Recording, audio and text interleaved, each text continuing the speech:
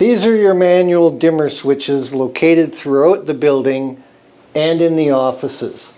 During the daylight hours, the dimmer switches are set to turn on or off. You simply push the switch and the lights will dim, or push it again and the lights will come back up to the maximum level.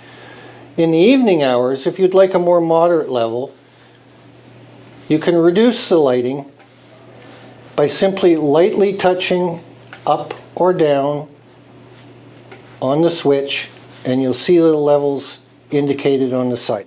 If you prefer maximum, simply hit the switch again and they'll come back up.